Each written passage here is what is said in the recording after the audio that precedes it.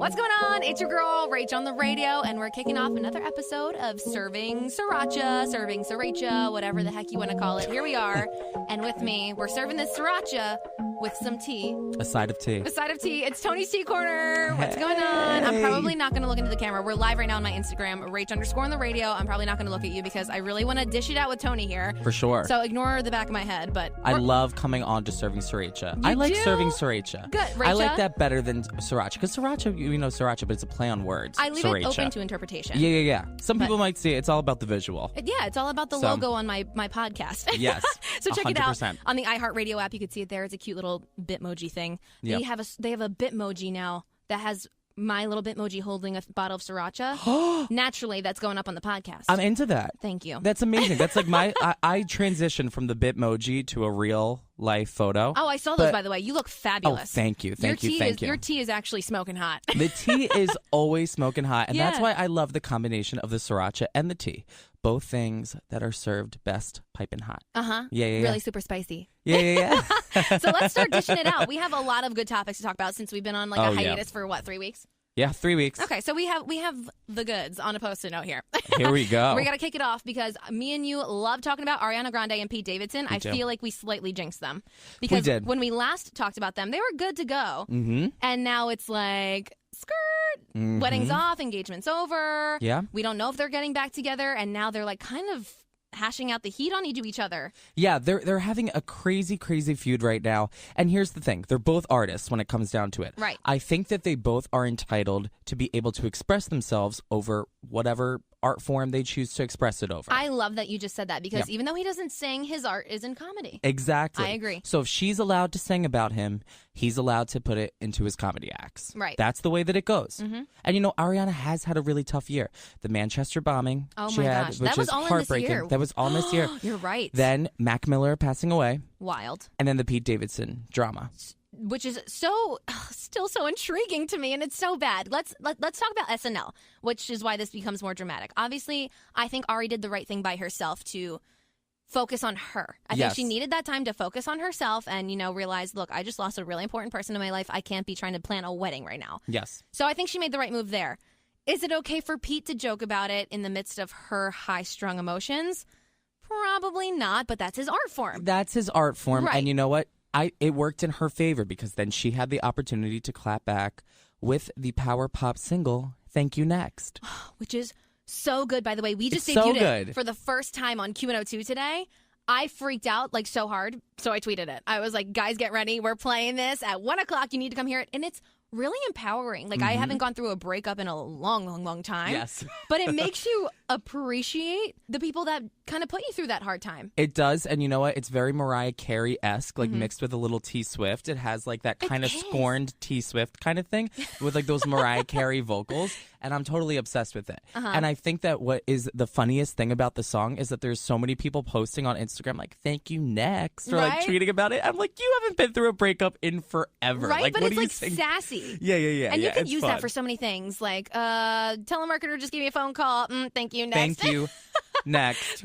But wait, can we just go back to Pete on SNL for a second? Yeah. With that whole war veteran situation. Oh, yeah. That got him in a lot of trouble. But again, with Pete Davidson, I can't even say he's cute. Don't get me wrong. He's just such a cutie at heart, but like physically not my type. But anyway, he has a certain appeal. People like the scuzzy kind of like thing that he's got going on. You know what I mean? What I love about comedians in that respect, Jimmy Fallon does it too, but when Pete Davidson laughs at himself, I can't help but like just lose my mind. It makes me laugh harder knowing that he like thinks he's funny. Yeah. So during that whole thing, I felt guilty for laughing because obviously he was insulting a war veteran, which is so not cool, by the way. But he brought the war veteran on the following week saying like, look, what I did was wrong. And he rights his wrongs and then makes it funny again, which is why we love Pete Davidson. And it made me kind of sad that him and Ari aren't together anymore. Yeah, me too. And now, remember last time I was here, I was not liking him. Right. I like him now. Right? I like them better not together.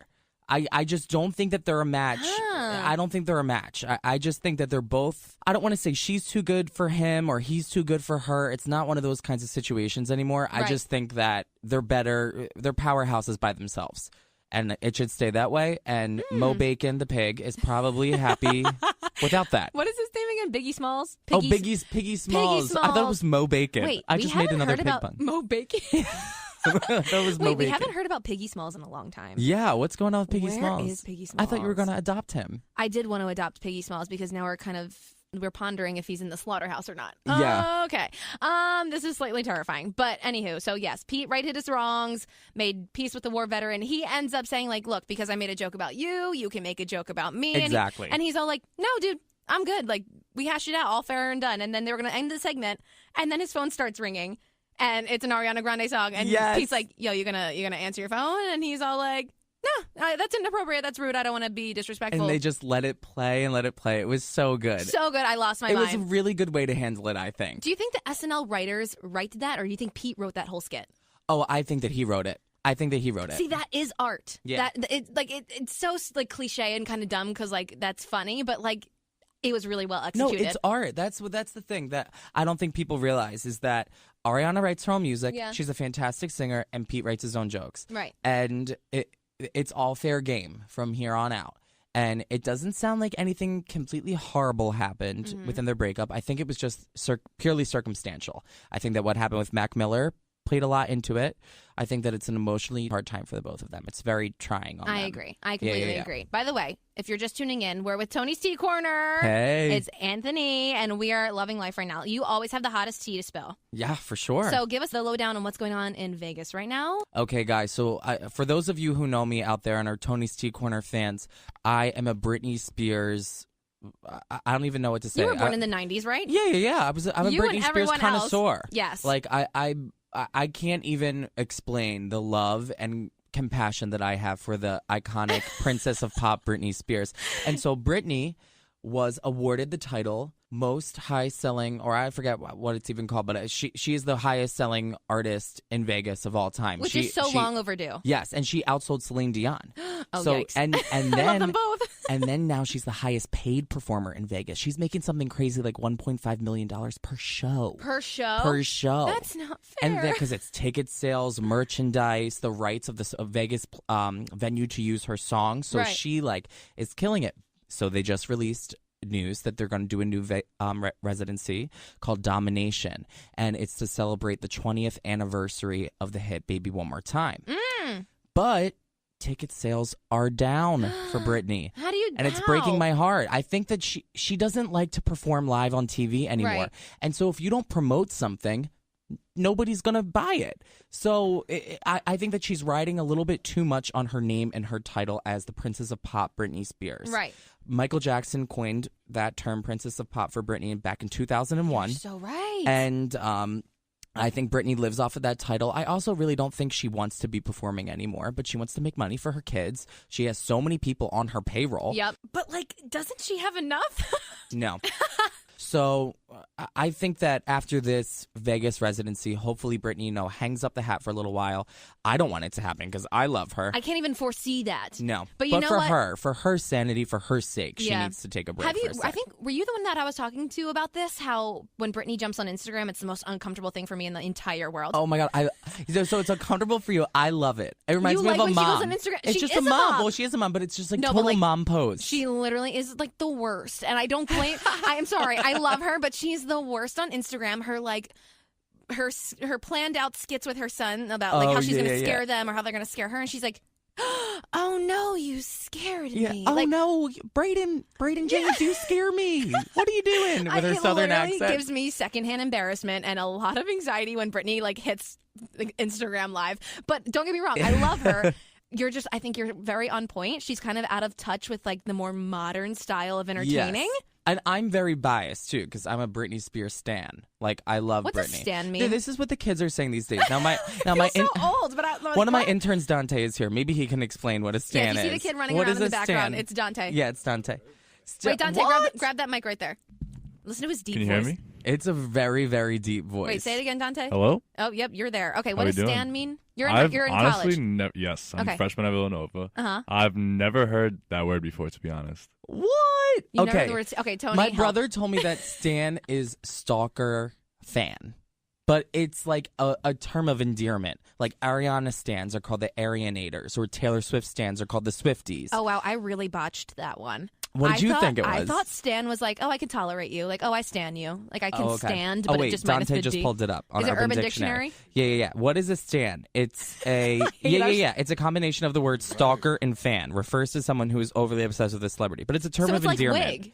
Yeah, well, wig is like Wig hit the fan with Wig hit the fan with Katy Perry on American Idol. Yeah. Right. And the LGBTQ plus like drag community got so mad about that. Wait, why? Because it's kind of their term that was used on RuPaul's. Share the love. That's what this is all about. I agree. You should share the love, but give credit where credit is due. Oh yeah, we missed that one. Yeah. Sorry. All right. CC.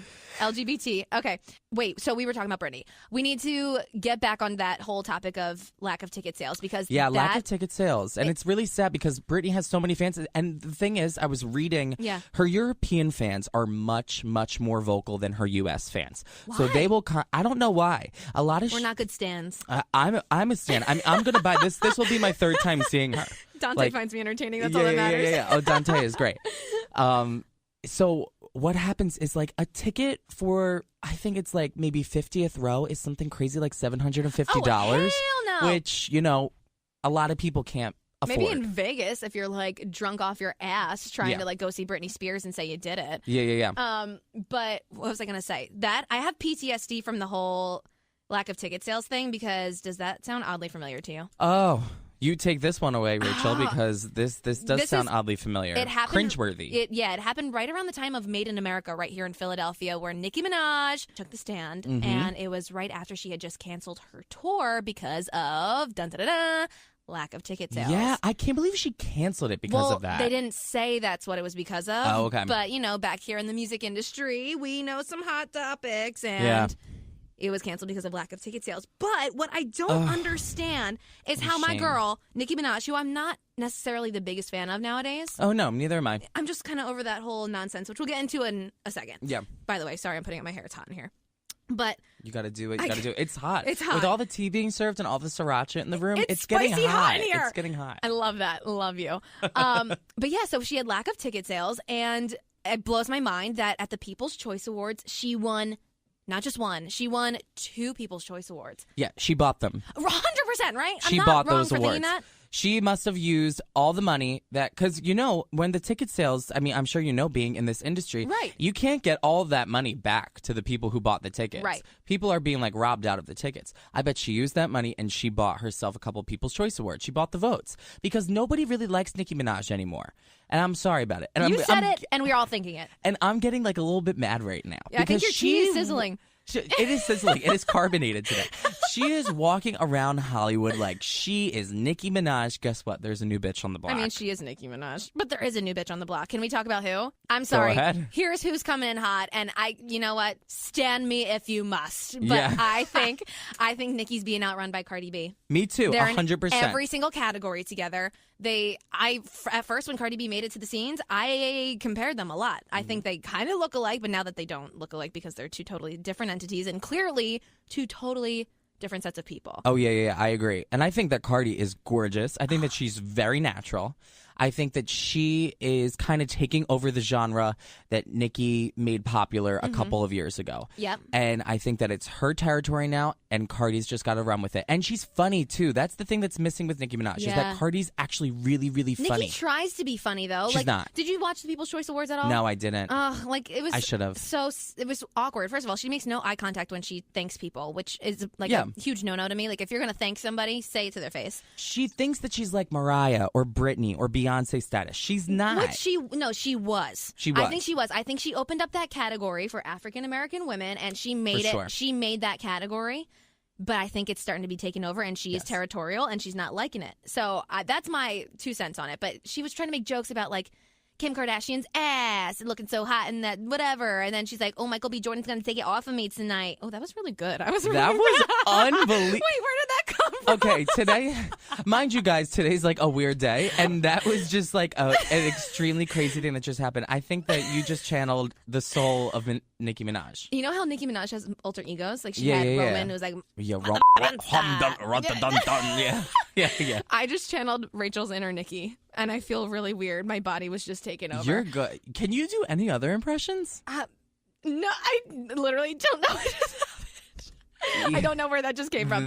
So I think you got a whole shtick here. I think that was really good. When we start to meet more often and we come together each week, someone new is going to pop out. I'm scared as to who